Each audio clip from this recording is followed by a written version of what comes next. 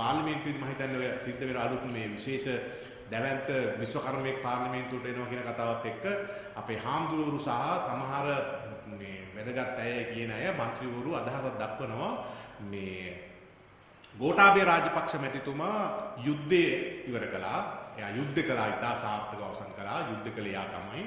ඒ වගේම බැසිල් රාජපක්ෂ මහත්තයා තමයි ආර්ථිකය ශක්තිමත් කළේ සහ කරන්නේ.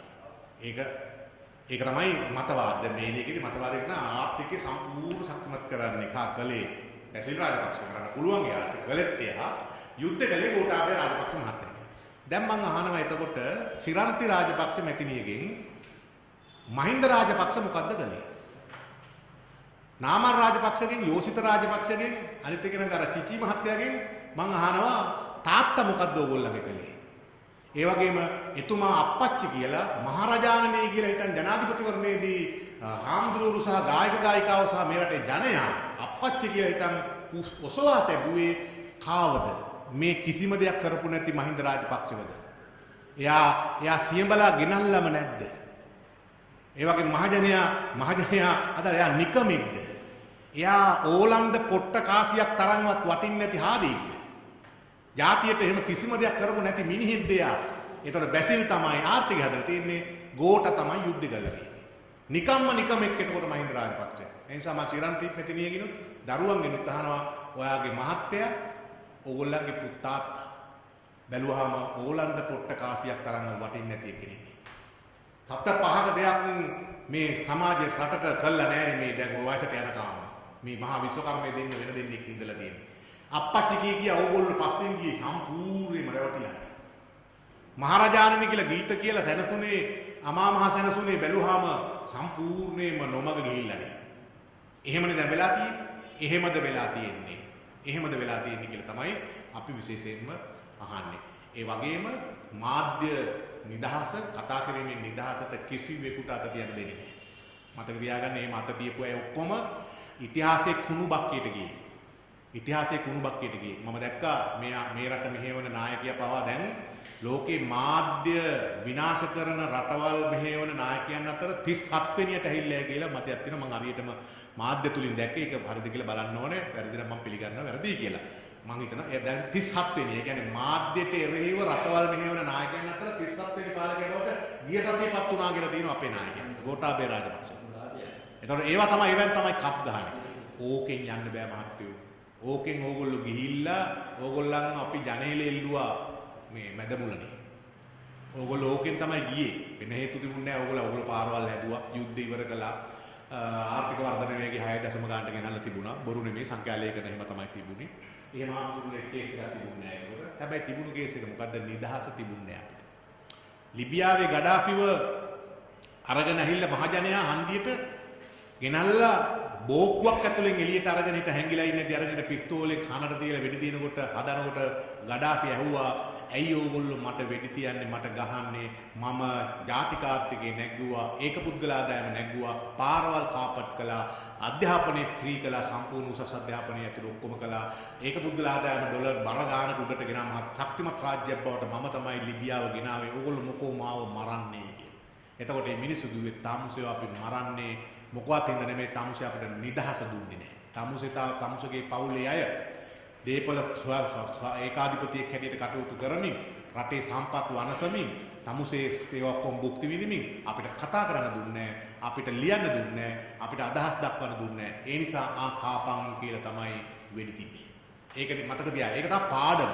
ඒ නිසා ලෝකේ පාඩම ගෝඨාභය රාජපක්ෂ නැති ජනාධිපතිතුමනි ඔය මර්ධනය නෙමෙයි නිදහස. නිදහස හැම වෙලාවෙම දෙන්න. නිදහසෙන් තමයි රටවල් ජය අරගන්න පුළුවන් වෙන්නේ. අද යුරෝපය අපිත් එක්ක තරහයි, අසල්වාසී ඉන්දියාව අපිත් එක්ක තරහයි. ජනාධිපතිවරයා බලයට පත් වෙනකොටම එක සුබ පැතුම් පණිවිඩයක් එව්විනේ. 69ක් ඡන්ද අරගෙන එන මිනිස්සුයෙකුට සාමාන්‍යයෙන් සුබ පතන්න ඕනේ ලෝකේ රාජ්‍ය නායක සුබ පතනවා. හරි ෂෝක් අපි සුබ පතනවා, අපි උදව් දෙනවා, අපි කරන්න පුළුවන් දෙයක් තියෙනවා මචං අපිට ගියපන්. එහෙම කියලා කියනවා සාමාන්‍යයෙන්. ගෝඨාභය රාජපක්ෂ අපලදී කිසිම රාජ්‍යයක් සුබ පැතුවේ නැහැ. ඒක තමයි. ඇයි මොකද? එයාගේ පූර්ව චරිතය හොඳ නැහැ. මොකක්ද හොඳ නැත්තේ? නිදහස සම්බන්ධව, ප්‍රජාතන්ත්‍රවාදී සම්බන්ධව, මාධ්‍ය නිදහස සම්බන්ධව, දේශපාලනය කිරීමේ නිදහස සම්බන්ධ කාර්යයේදී කළු චරිතයක්, කැලැල් චරිතයක් හොඳ නැහැ. අපවිත්‍ර ඉතිහාසයක් යාර තියෙන්නේ. ඒක තමයි. එයා ආපහු ඒක තමයි මතු කරන්නේ. තමන්ගේ දුර්වලකම් නිසා සමාජයෙන් පැන නගින ප්‍රශ්න වලට පිළිතුරු දෙන්න දේශපාලනික වශයෙන් හපංකම් නොදක්වන නිසා. ඒකට ශක්්‍යතාවය නැති නිසා. ඒකට අවශ්‍ය කරන ටීම් වර්ක් එකක් ඇන්න කණ්ඩායමක් නැති නිසා. ජාත්‍යන්තර හා දේශීයව ඔහු ඊට එරෙහිව විසඳුම් සොයාගෙන ඉන්න මහජනයාට ඔහු දෙන උත්තරේ තමයි මොකද්ද? මර්ධනය. අර සිරසට කරන්න හදන්නේ ඒකයි. සිරස තමයි අද ඒ සම්බන්ධ සිරස අනිකුත් මාධ්‍ය ආයතනට වඩා ජාතික සමගිය සම්බන්ධ කාරණේදී සුපිරි විදිහට තමන්ගේ කාර්යභාරය කරනවා. හරිම අගය කරන එකක් ඒක විශේෂයෙන්. අනිත් අය මුස්ලිම් වරුන්ට ගහමු, කතෝලික ගහමු, පල්ලි වලට ගහමු, ಜಾති ભેදී අවසන කොට ආගම් ભેදී අවසන කොට ඒ ඔක්කොම ගන්නකොට සිරස මාධ්‍ය ආයතනයේ කවදාකවත් ඒ වැඩේ කළේ නැහැ. ඒකින්ද මම හරි අගය කරන එකක් සිරස. ඒ වගේම සිරස මොනම හේතුන්වත් මිත්‍යාව වපුරන වැඩේදී සපෝට් කරන්නේ නැහැ. මම දැක්කා මෑත ඉතිහාසයේ මුට්ටි දානකොට ධම්මික පැණිය පස්සේ යනකොට තව එවැනි ඒ වගේ දේවල් යනකොට අර පූජා මේ පූජා කිය යනකොට සිරස උපරිම උත්සාහ කරනවා තමන්ගේ වාණිජ්‍ය කම් පවා වාසි පවා පැත්තකට දාලා මේ මිත්‍යාවෙන් සමාජය මුසපත් කරන එක වෙනුවට ප්‍රඥාව හැකිතාක් දෙන්න උත්සාහ කරන පැත්තකට සාපේක්ෂව අඩුපාඩු නෑ නෙමෙයි තියෙනවා. හැබැයි එහෙම තියෙනවා. ඒ වගේම මේ මොහොතේ සමාජයේ ප්‍රශ්න පැනන පෝර ප්‍රශ්නය, දීවර ප්‍රශ්නය, පරිසර ප්‍රශ්නය, මේ ප්‍රශ්න ඔක්කොම පෙට්‍රල් වැඩි වීම නිසා අමාරු වෙන මිනිස්සු කන්න නැහැ. මේ කොවිඩ් නිසා වත්කම් මොනවාක්වත් නැහැ, නිෂ්පාදනය නැහැ, තමන්ට ආදායම මොනවාක්වත් නැහැ. ඒ මිනිස්සු බඩ වියත සම්බන්ධව විශාල ප්‍රශ්නයකට සටන් කරනවා. ආණ්ඩුවේ කිසිම උත්තරයක් නැහැ. ඒ නිසා මහජනයාගේ මේ පැත්ත නියෝජනය කිරීමෙන් දැනුවත් කරනකොට ප්‍රජාතන්ත්‍රවාදයට අයිති මූලධර්මයකට මාධ්‍ය භාවිතය එතකොට අන්න පාලකයෝ දකින්නේ ඒක තමන්ට එරෙහි වෙන දෙයක් හැටියට දකිනවා. තමන්ට එරෙහි වෙන දෙයක් දකිනවා. ඒක නිසා එහෙම හිතලා ඒට කකුල් මාට්ටු දම නැති වැරදි ඇති වැරදි හැටියට පෙන්වලා කොහොම හරි මේකට අදාළ බලපත්‍රය තහනම් කළා එම මාධ්‍ය ජාලය නවත්තන්න උත්සාහ කරනවා නම් එහෙම ඔබ කැඳවගෙන එන්නේ ඔබේ අවසානයයි. ගෙදර යන්න බලාගෙන ඉන්න.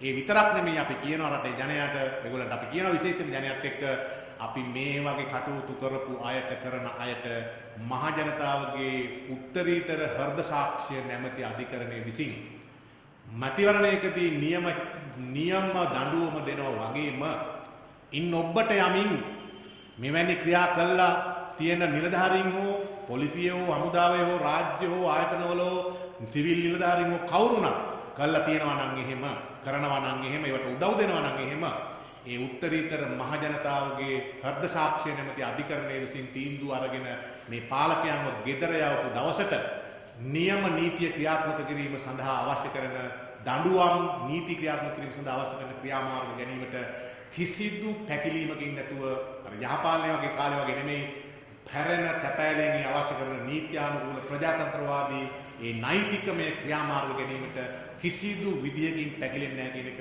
ඒ පාලකයන්ට විශේෂයෙන්ම කියන්න ඕනේ. ජනතාවට කියන ඇද්දක අරගෙන ඉන්න යනකොට කොහෙද කියලා තේරුම් ගන්න, වැරදුනා කියන එක මතක තියාගන්න. ඒත් අපි ඔබට බනින්නේ නැහැ. ඔබ හොඳ පැතුම් තියාගෙන හොඳ සෞභාග්‍යමත් දේශයක් කියනකොට ඔබ ඒකට සාදුකාර දුන්නා. නීති ආධිපත්‍ය කියනවා කියනකොට ඔබ ඒකට සාදුකාර දුන්නා.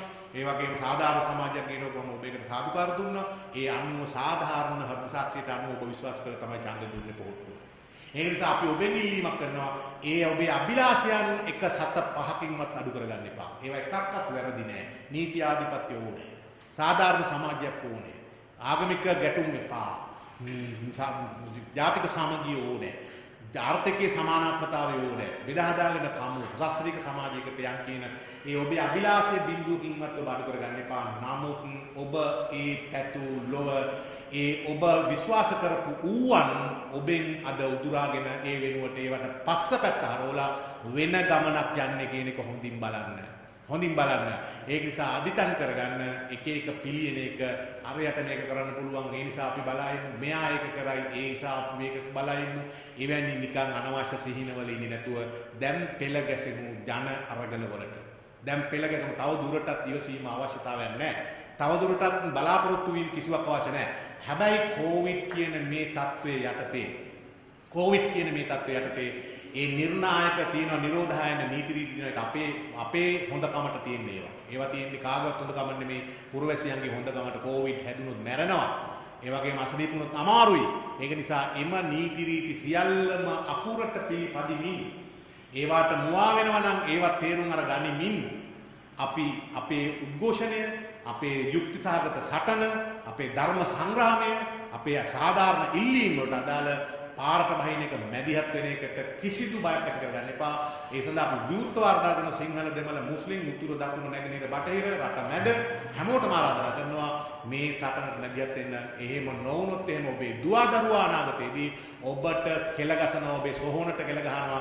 අපේ තාත්තා අම්මා මහප්පා බාප්පා ආච්චි අයියා අක්කා අපේ යුතුයකම නායක හාමුදුරුව අපේ යුතුයකම පූජක පක්ෂය අපේ යුතුයකම එයාගේ යුතුයකම ඉටු කළේ නැහැ. ඒ නිසා අපි විශාල ඛේදවාචකයක අපි වලක ඉන්නවා කියන සාපෙට ලක් වෙන්න ඉඩ තියෙනවා. ඒ නිසා බලයේ ඉන්න එක తాවකාලික වුණාට සාපය කාලයක් වදිනවා. ඒ නිසා අපිට කවුරු හරි ගහන එක ඇඟට ප්‍රශ්නයක් නෙමෙයි. නමුත් අපිට සාප කරන එක අපිට සාංශාරිකව බලපාන කාරණයක් බවට පත් වෙනවා. ඒක නිසා ඒ සාපෙට ලක් වෙන්න නැතුව කටයුතු කරන්න විශේෂයෙන් පුරවැසියන් හැටියට මැදිහත් වෙන්න කියන එකත් මම විශේෂයෙන් ඉල්ලා සිටිනවා.